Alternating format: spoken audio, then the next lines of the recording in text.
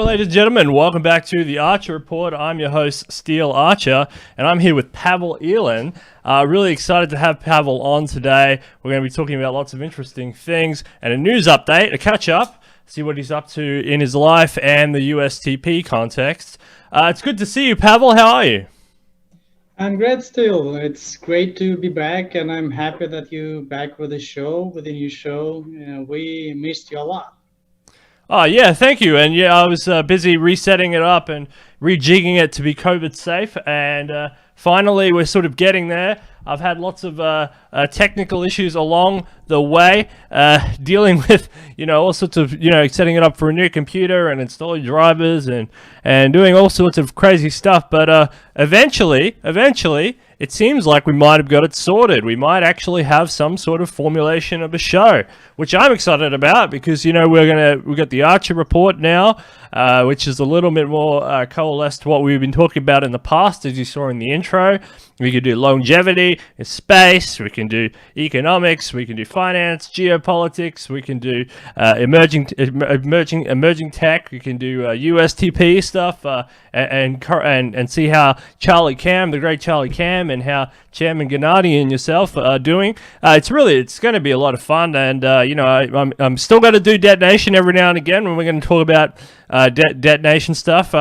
In the context of the old show and in the context of debt, because I actually think I still think that we've pulled out way too much of the prosperity of the future into the present, which is now disappearing into the past, and we're seeing the reverberages of a lot of that phony growth and that phony economy that was built up, and when you take a hit like COVID, or you take a hit like an international pandemic, you end up on the wrong side of history in the future, and you end up with social strife and economic strife and all the other things.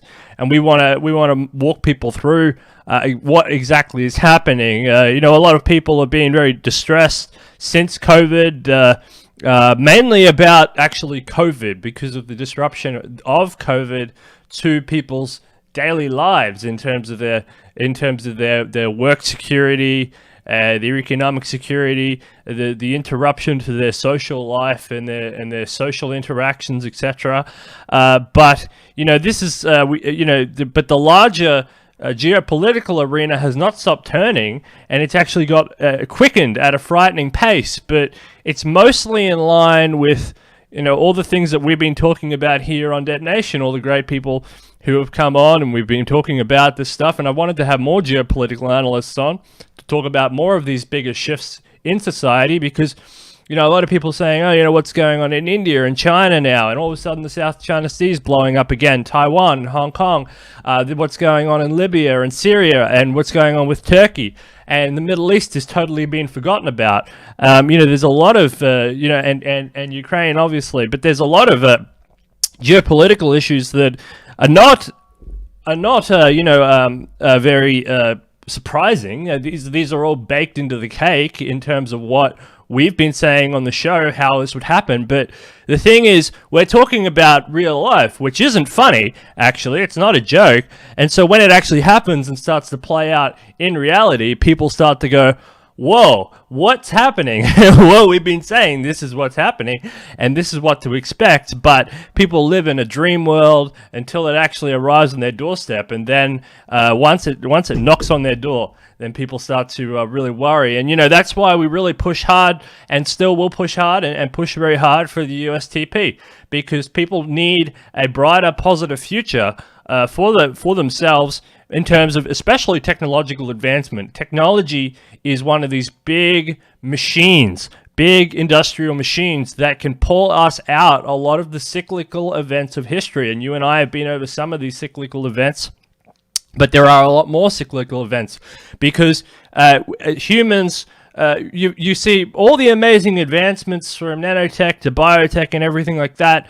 I haven't seen a technology yet that has stood out to me to be the a new automobile type event, or it's not a new sewerage. I haven't seen anything yet that's going to pull us out of history, except for the only hypothetical technology that could pull us out of the cyclical events of history is general artificial intelligence. This is the big one. This is something that could actually pull us out of history itself in a Francis Fukuyama type way. And but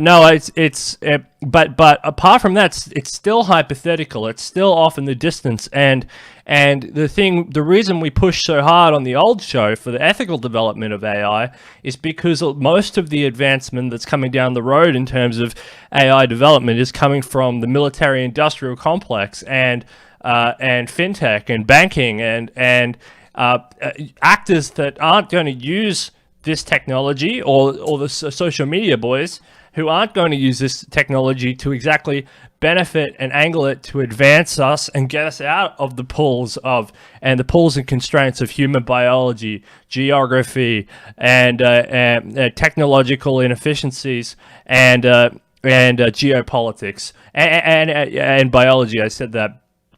And which all correlates to the political, conflagrations that you see. So, I'm really excited to be doing this show. I'm going to be pretty much doing the same sort of stuff. We're hoping to get some good guests on again, and I've got a few good lined up, including yourself, and it's really good to see you here. And thanks for sticking with me on this journey.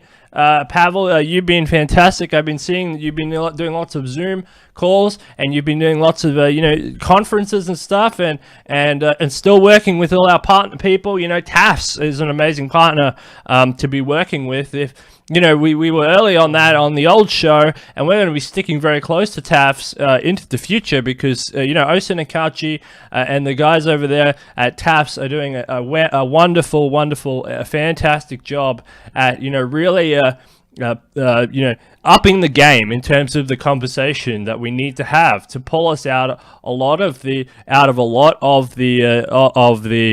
cyclical events of history. What do you think, Pavel? Well, first, thank you for having me. And I think the COVID is not the reason why the world get in it's such a bad shape. The COVID, it's just push it a little bit, and the whole house of cards crumbled. It just reveal how not optimal things are, how much irrationality in a world, how badly we organized our living, how badly we organized our infrastructure, our civilization. And it's but at the same time, it's very interesting time to live. I hope we never get back to normal. I hope we go beyond normal. And it's fascinating time to live in, and to see how we can help to improve condition of human existence and other living beings and other potential living beings, potential sentient beings existence in our universe. Absolutely. The normal of yesterday was not efficient in the fact that it was phony. It was phony. It's phony and silly, and we do need a new paradigm in order to support our way out of this. And that's why we advocate for the USTP, because some of the platform and policy platform points for people, they seem futuristic. They might seem silly at times. They might seem I don't know. They might seem, silly might be a word.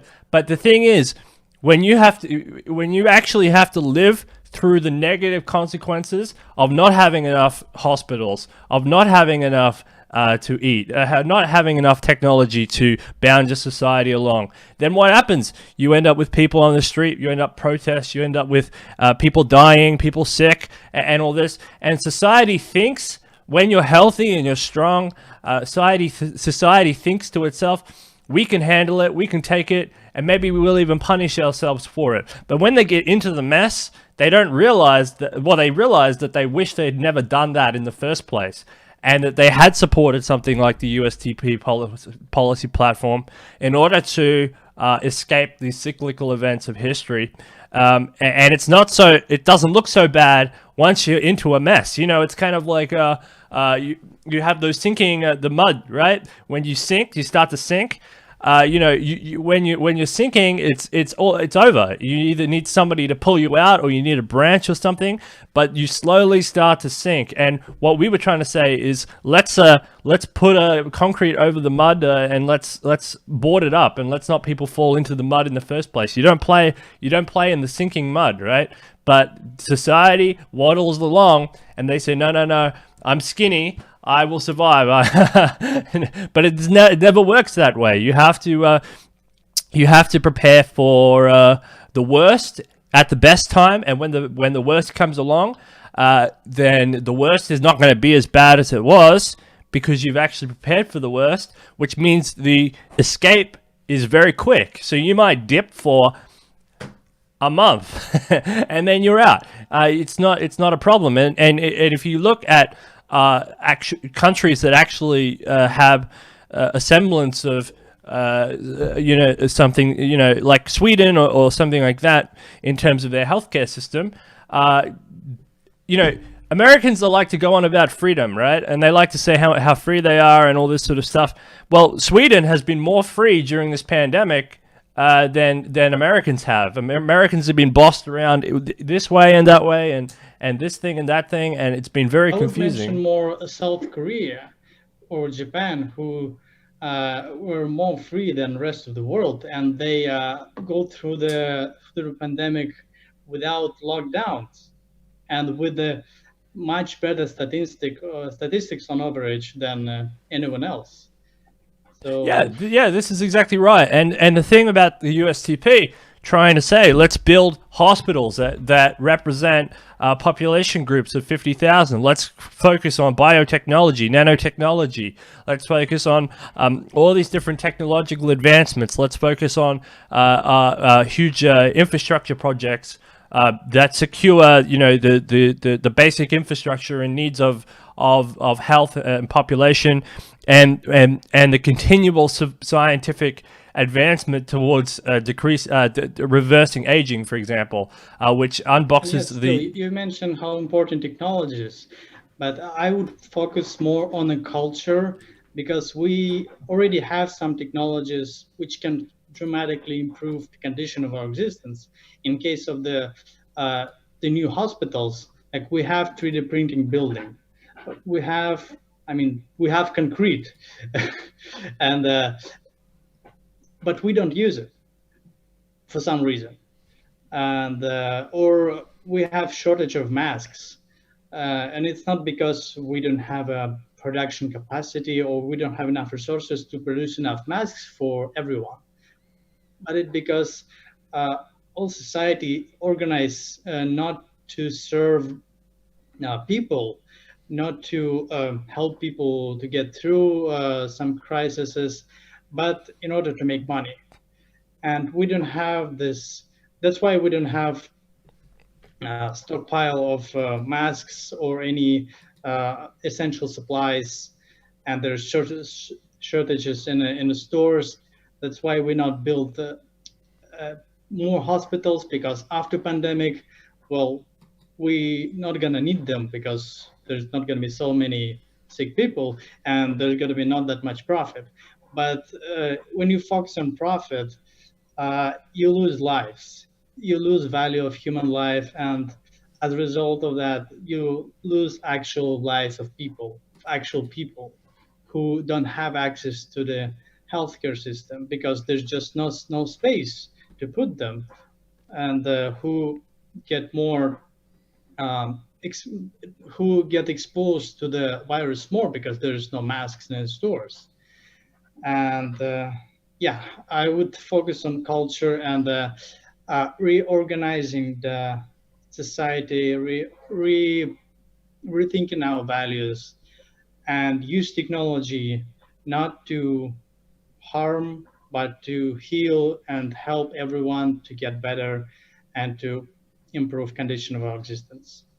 Yeah, absolutely. And there's the three core ideals of the USTP, and that's The Transhumanist Party supports significant life extension achieved through the progress of science and technology. Ideal 2, the Transhumanist Party supports the cultural, societal, and political atmosphere informed and animated by reason, science, and secular values. In Ideal 3, the Transhumanist Party supports efforts to use science, technology, and rational discourse to reduce and eliminate various existential risks to the human species. And you mentioned cultural in there, and absolutely, the Transhumanist Party supports cultural, societal, and political atmosphere informed and animated by reason, science, and secular values. So And still, I absolutely, just want to say there is some small amount of people spreading misinformation about USDP, that it's right or left or something else, that it's for corporations, that it's for like advocate for the rich people. I just want to make it clear that USDP is not right, not left. It's above and beyond. It's about extend, go beyond the present conditions, make the phase transition to something, some other way of existence, to jump in the next organizational level, to lift up whole humanity, and not only humanity, potentially whole realm of sentient life in a next level of existence. And I just want to, if you quote the values of USDP, today I was reading the Bill of Rights, and I just want to say that USDP advocate against othering and advocate for building more wide concept of we, in which all sentient beings will be included. And Article 10 of Bill of Rights, version 3, said that morphological freedom entails the duty to treat all sapiens as individual instead of categorizing them into arbitrary subgroups or demographics, including as yet undefined subdemographics that may arise as sapiens evolves. So we try to go beyond the tribes and build bridges with different entities, with different groups, with everyone, with everyone who willing to talk and who willing to have this dialogue about future and present and how we can use technology to improve condition of our existence. Yeah, absolutely. And a lot of the society, especially there in America, is screaming out for this phase transition, this paradigm shift. They're asking for it. They want it. They want to go beyond themselves. They want to go beyond racism. They want to go beyond the limits and confines. They don't want to have all these wars anymore. They don't want to be in economic scarcity. They want to improve. They want to eliminate class structure. They want to do all this sort of stuff. But the thing is, they don't have a roadmap. They don't have a pathway. They don't know about the USTP and its values, and therefore they're trying to figure things out within the confines of limited conversation and limited thinking. And it's not their fault. It's just an education and a gap in terms of they haven't been informed about the USTP and its values, and therefore that makes it very hard to say this is what we want. Instead, they're saying we want something like this, and here it is.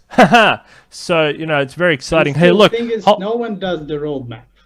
I don't think USDP have really a good roadmap to build the bright future for everyone. We on a way to develop this roadmap, this vision of the bright future for everyone. But the thing is, this roadmap will form in a process of dialogue between everyone. Because if just USDP will build this roadmap and tell everyone, okay, we're doing that, that would not include the vision of the future of others. So I believe in a power of dialogue. I believe in a power of Socrates dialogue, and through that we can build the vision of the future, build the vision of the positive future, how we can improve. certain things through technologies, through rationality, through augmentation. And I will invite everyone to join the dialogue. We used to be organized every Sunday. We have in enlightenment salons with a wide range of guests, and we last last Sunday we had a dialogue with Dr. Rana, Father Rana, who is a conservative Christian, and from the uh, if you have a bias about transhumanism, you probably think what it is. Like transhumanists and Christians, it's not comparable. Uh, but we were able to find the common ground, to find the things we agree on, and start dialogue from that, and uh, having a common future, having a vision of the future where everyone, and transhumanists and Christians and everyone else, is included, and they're there. And as well, before that, we had a dialogue with the USDP women members, ambassadors, to ensure that women are also included, because we look at the statistics and it's not very good on gender. Only 15%, if I remember it correctly, members of USDP are women. So we try to make effort to reach out to different demographics, different groups, to bring people together and to have a dialogue with everyone. Yeah, yeah, absolutely. It's really encouraging. And I remember talking to Newton Lee, also a conservative Christian, who was one of the authors and publishers and helped to publish the Transhumanist Handbook. And he's conservative Christian, and he knows a lot about Christianity and also a lot about transhumanism and a lot about the USTP. And also, he came on again with Charles Holzhoppel, part of the Project 222. It's now something else. I have to update the logo. It's changed now. Some other non-profit thing with the same goal, I'm sure. But yes, absolutely. Christianity and transhumanism, they are out there. And also, if you're a Mormon, our sponsor, Thrivous, that's a Mormon enterprise. So yes, absolutely. It's not like religion. There's a Mormon Transhumanist Association. So Yes, exactly. So we it's have not. our It's people not. everywhere. Yeah, it's not. It's not. It doesn't discriminate against religions. People in religious communities, uh, um, are willingly coming over and saying this works. This is compatible. This isn't anything that's antithetical. It's not anti-God. It's not.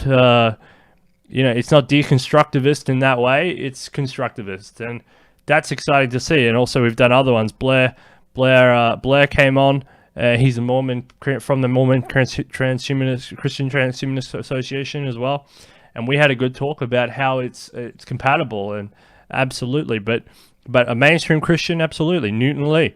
So, and I'll have to talk to this Doctor. What's his name, Doctor Fraza? Father Rana. Faza Rana. I have to talk to him as well, and we'll have to extract how he justifies it, because I think these are sorts of important conversations, because behind every person is definitely some sort of spiritual application, and they want to make sure that they're not doing something that's runs against their own personal spiritual values, and I think that this is important. So And no, it's absolutely. Yeah, I'm sorry. And I think if we not overcome othering, the alternative, it's total war. It's like right now between Democratic and Republican Party in US, they not talk to each other. They just pushing their agenda, and they not try to find common ground. They not try to agree on certain things. They just think opposite side is wrong, and they should be eliminated. We should be in power. Yeah.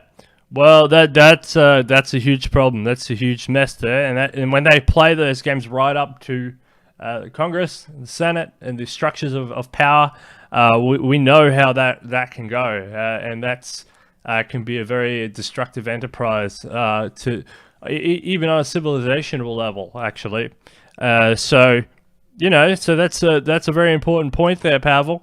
Overcome othering, and it's embedded into the framework of the USTP to overcome these political this political sorts of fights as well, because we have so much more to do than bicker here on Earth about a dwindling resource capacity when we could be expanding the resource capacity, and we could be going off into space and off into virtual worlds and off into different places that are amazing, beautiful, and exciting to explore. And instead, we're sitting around with masks over our face, bickering about, a dwindling resource pool. We'll come right back after this break, and then we'll see how you're going after that.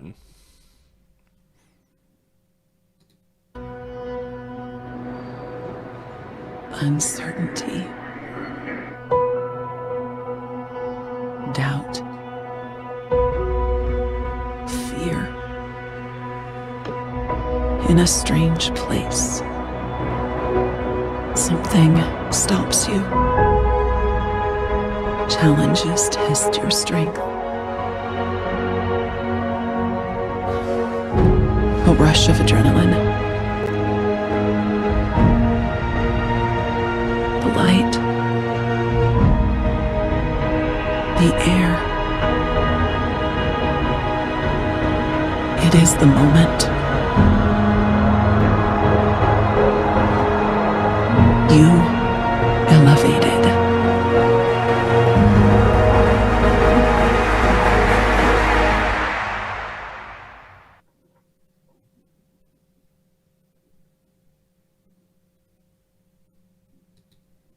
We have goals that depend on bodies and brains. We work and learn better. We love better when our bodies and our brains function better. At Thrivous, our goal is to help you improve your brain and body, to help you achieve your goals. So that's the power we encapsulate. Ready for help with your goals? Visit Thrivous.com.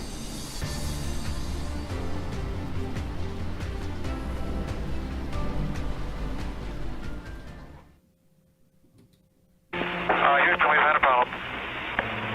We've had a main beam undervolt. Roger, main beam undervolt. Okay, stand by, 13. We're looking at it.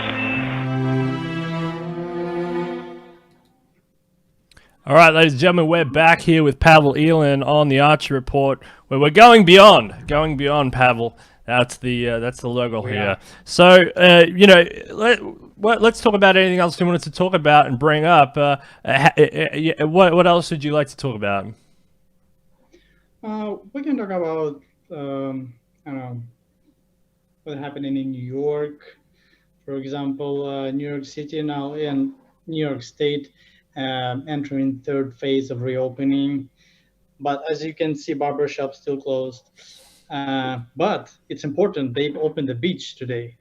So and you can see how the other states, in other states you can see the rise of the cases, but in New York you can't see it despite the density of the population, despite all the protests. And I think it's important to show that the places which govern more rational, without appealing to superstitious or some conspiracy theories, end up better, end up in general better, and we have less cases.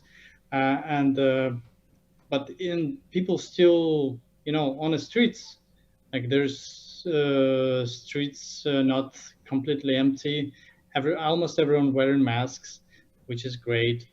And yeah, we're doing much better in New York, and the testing is improving, and availability of testing is much better. I I think you can get the test for free, test for the virus and for antibodies. I get tested two weeks ago. It was not pleasant procedure, but gladly I don't have no virus and I don't have antibodies, which means that we did something right during this time, preserving ourselves. That's good. That's good. You know, yeah, I've heard the test is not pleasant. I've heard it's pretty awful. It's pretty painful. It's fast. Yeah, my parents actually had to have the test as well, and they were in an outbreak area. I'm surprised to hear this about New York, that it's opening up with a large population, with protests and stuff. I'm very surprised, and America's cases seem to be rising, as opposed to here in Australia, where we almost had eliminated. We were actually down to 0 cases a day for a couple of days running, and then we had a Black Lives Matter protest, which correlated with the Black Lives Matter protest in Australia, in the United States, 2 or 3 weeks ago, and now we've jumped into double-digit cases every single day from now. So obviously, somebody, I think, and this is the idea. They're saying it's not that, but that the government down here in Victoria, where I am, is known to lie on these issues. So I'm sure that there's a correlation there between the protesting going on and the amount of cases that we've seen, and it's only really this state here that it's happening in. But New Zealand, over there, not far off from here, 0 cases, and they even had one woman slip through quarantine, and they got the army out. What little army they have, they got the army out, and they knocked that over. And I think New Zealand is pretty much case free, which you would hope, in being in such an isolated place in the world. But Australia was almost there. We were almost there. So I'm very surprised. All this reopening stuff in America is very surprising to me. Seeing the number of cases, but then Well, it's not in whole country. Yeah. Because each state decide how they gonna reopen or close. For example, if you look at the South, if you look at the Texas, their cases is on the rise. But for some reason in New York, it's pretty good. We'll see what happens in a couple of weeks, especially after the protests. And yeah, I also went to the protest and get tested after, and gladly it's not affect anyhow my yeah. health. No, I know it's not. I know it's not a federal. I know it's not a federal mandate. I know it's open up. It's the state governors and the state legislature do that. But it's just, the reason is because here in Australia, all our borders are still shut. Pretty much all of our borders are still shut, and we had almost eliminated, if not had a couple of days of total elimination. And in America, you've still got a lot of cases, and it's still flowing around, and yet you're taking a different approach, which makes me confused as an Australian, with almost 0 cases, and yet every time it pops up one place, the government will move the army in, and they will go completely nuts. But in America, it seems to be a different story. So I that's all I meant, is it's just very different from our experience here, and it's a bit confusing based on that. But our states are the same as yours. Ours have control as well. But during this crisis, we've actually knocked out the old system called COAG, which was a system between the federal government and the state governments, and we've instituted a different system of coordination between the states. But they still have power, but the government could force them to open if it really wanted to, the federal government, that is. A lot of rejigging in terms of the powers has happened. It's more of a distribution towards federal control.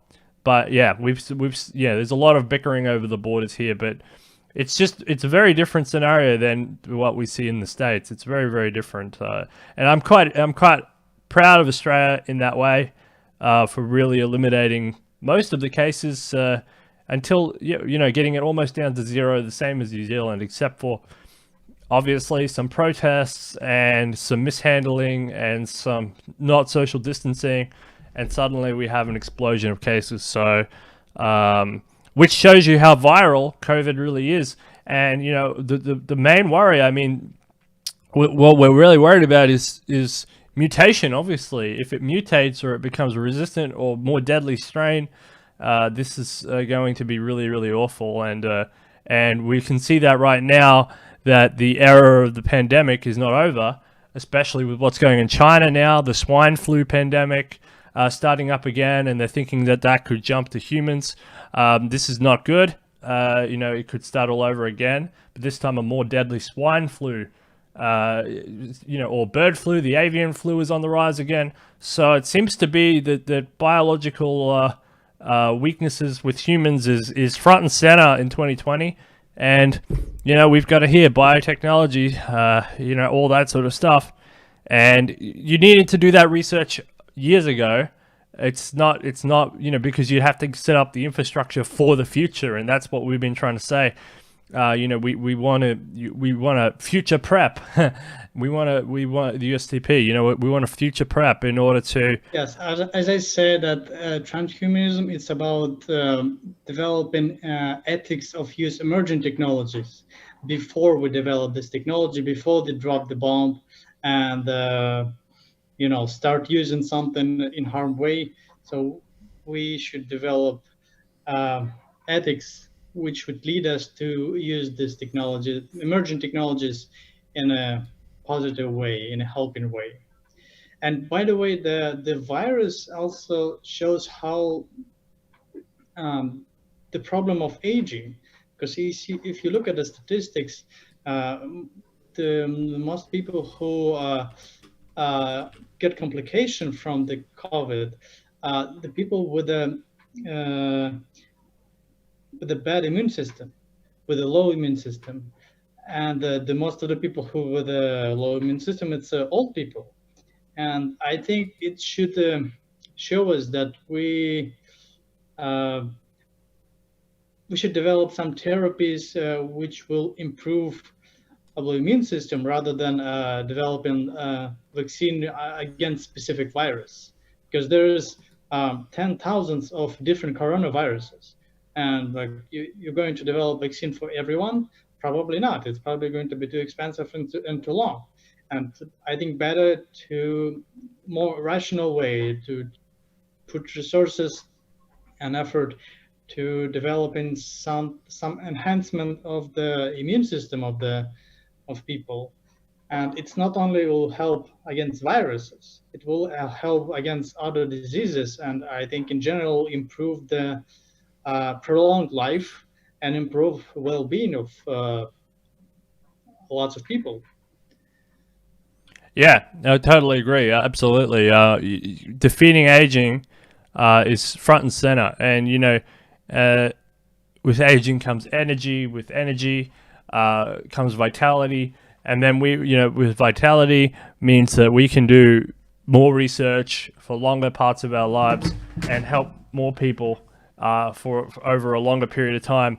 And the information and knowledge and skills transfer and wisdom transfer intergenerationally is stronger, and this is absolutely important as well. All right, well, I know you wanted to do a short show, so is there anything else you wanted to mention, talk about, explain, advertise about upcoming events or anything like that? What else have you got? Oh, by the way, do you heard what happened in Russia? I beg your pardon? Did you heard what happened in Russia? No, what happened in Russia?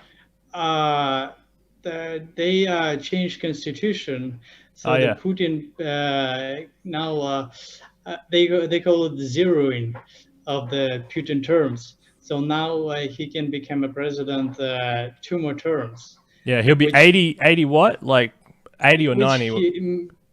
He can be in this position till 2036. Yeah, he'd be 80 something years old. It's I'm not there, but I'm from there, and it's pretty disturbing news. And it's I expect more aggression from this regime, more conflicts, and more trouble for the world. But yeah, this is very disturbing news. Well, yes and no. I mean, if you look at the history of Russian aristocracy, the Russian leaders has always been dominated by strong men. The democracy was a way of deflecting U.S. aggression, and if you look at Russian history, it always ends up being some sort of dictatorship by someone. I can't really remember a time in Russian history when it didn't turn into a sort of dictatorial regime.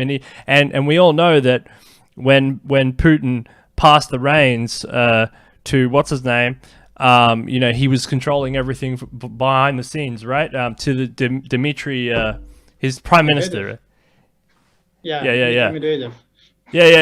Yeah. So like he was just a front man, right? A puppet, like, and Yeah. so Yeah. so he's been really controlling it since the 90s, and I don't, Since so 1999. yeah, yeah. And but the thing, the saddest part of the Russian story is really that, this is the last of his type of person. The Soviet Union bureaucracy is disappearing. It's a scarce resource in a way. The baby boom that you're seeing right now, the actual demographics, that's the perestroika babies. Maybe you're in that as well. Yes, I am the result of this baby boom. Yeah. But it's over. That's no it. baby Yeah, booms now. there's no more children after that. The Russians' experience is over. Like you're becoming like those Russians now becoming extinct. And I think after Putin, we will see a different Russia, an older type of Russia. And I think this is why he's cementing his power, because Well, the the next. question, if there would be after Putin, because for now seems like there going to be no Russia after Putin. Yeah, Uh, I think so. I think there's that's. generation which was born there, and for them, the Putin, it's not a president. It's like the president is not a post. It's not like a job. It's a president. It is a Putin. It's the same thing. Like he always was. He was always there, Yeah. and it's really disturbing, and especially how they act outside Russia with all the wars and with all the threatening the world with the potential wars. This is very bad, especially because the value of life there, it's really low, and it's very easy to send someone to die for the motherland. And for example, in Europe, value of life much higher, and people don't like wanted to lose many lives for no reason. And yeah, that's very disturbing. But let's go to more positive thing. Let's yes, I would like to invite everyone again to the Enlightenment Salon. It's happened every Sunday, 1 p.m. Pacific, 4 p.m. Eastern time, Eastern U.S. time. We will have lots of interesting and thought-provoking discussions. Also, like to advertise the Immortalist magazine, which published by Dinora Delphine, and my article about how to overcome othering, my continuing work on overcoming othering will be published there. So stay tuned for that. And yeah, let's join the party. Join to USTP. Its membership is free, and it always will be. And yeah, let's have a dialogue about the future, and let's build the roadmap to the bright future for all of us. Let's build it together. Absolutely, I totally agree. Yeah, and thanks for bringing up Dora Delphine. I'll have to talk to her again now the show's up and running, because I want to integrate her more thoroughly into the Archer Report. and detonation in a way. She's done a fantastic job. I mean, the She's doing an amazing job. Yes. yeah, it's beautiful, it's clean, it's full of good content. It's amazing, you know, and she's got some really solid people on board writing very interesting articles. So, you know, big shout out to Denora Delphine for learning that way. And, you know, talking to her, it's so interesting talking to her about these things, because she's such an entrepreneur. She has such that spirit, and she sort of fell into it in a way. You know, she said, I've been learning so many skills. I've been learning how to do this and do that, and learning all the definitions and what this means and what that means. And it's just so interesting to see her growing through it and becoming strong and going on this adventure. It's just really been wonderful to see. So I have to thank you very much, Pavel, for bringing that up. And also, yeah, of course, the USTP, really happy to be back. You know, finally got everything set up, and now we can start to communicate and talk about USTP news again, and, you know, talk about things like the Enlightenment Salon and keep everyone updated with what's going on in the world of technology. And, you know, because it's all happening, Pavel. If you know, even despite Russia, despite the US, despite COVID, despite in its own way, the world is still developing, technology is still advancing, the investments are still flowing. So we have to be beyond all this old entities, old approaches of govern and manage and live in this planet. We have to be beyond that to build something better and something new. Yeah, and this is you know, Elon Musk is doing a really great job, you know, promoting the space enthusiasm, and we're going to be talking to Malik again soon, in a few days about this. I've been really big into the space. Malik went to our salon, one of our salons. She's wonderful. Yes. Absolutely, you know, but you know, there's so many other things as well, and you know, the thing about the party leadership at the moment in the USTP is there's a lot of AI people in there. That's also really exciting, because AI is a big area, and it's really the general artificial intelligence that we want to aim for in an ethical way. That's the big accelerant to a lot of the above and beyond that you and the USTP are advocating for. It's really through that mechanism that you will start to see greater takeoffs in science and development and beyond othering, because it won't have a choice at that point, because you know, these AI will not discriminate in any way, shape, or form. They will discover and take its place. But we have to be ready for that transition. Otherwise, that transition will go wrong, and that could be the last thing we ever do. So let's not make that the last thing we ever do. Let's make that the beginning of a great, big, new, wonderful adventure. I can't agree more. All right. Well, I want to say thank you very much, Pavel. Remember Denora Delphine, the Immortalist magazine. I also want to remind people to go to the Enlightenment Salon on Sunday, U.S. time.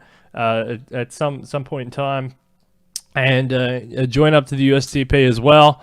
So many interesting things over there: autonomous vehicles, electric vehicles, solar power, safe nuclear power, hydroelectricity, geothermal power, applications for sharing of durable goods, AI, biotechnology, nanotech, robotics, rapid transit, 3D printing, vertical farming, electronic devices to detect and respond to trauma, beneficial genetic modification of plants, animals, and human beings, ending the drug war, universal basic income, reasonable measures for space and travel and getting off this planet, using science and technology to eliminate diabetes and disabilities, ending the two-party duopoly, life extension, anti-aging, removal of barriers to medical research and development of treatments, reducing national debt, alternative sources to energy and the technological implications, increasing the national budget of the NIH,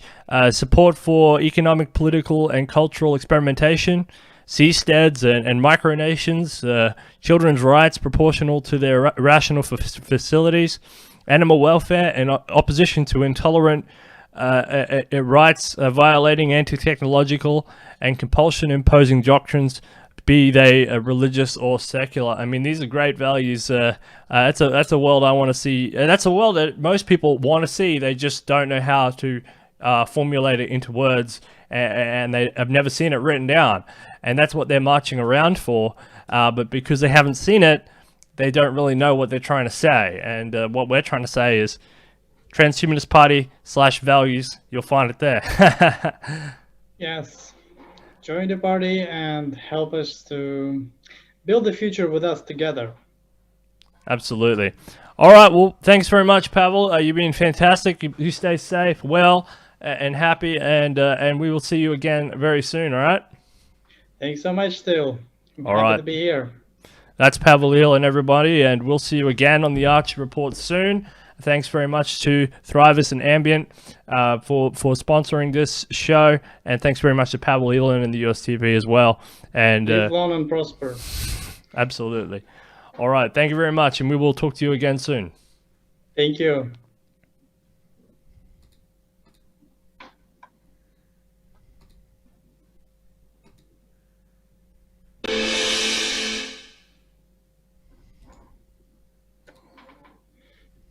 All right. Are we out?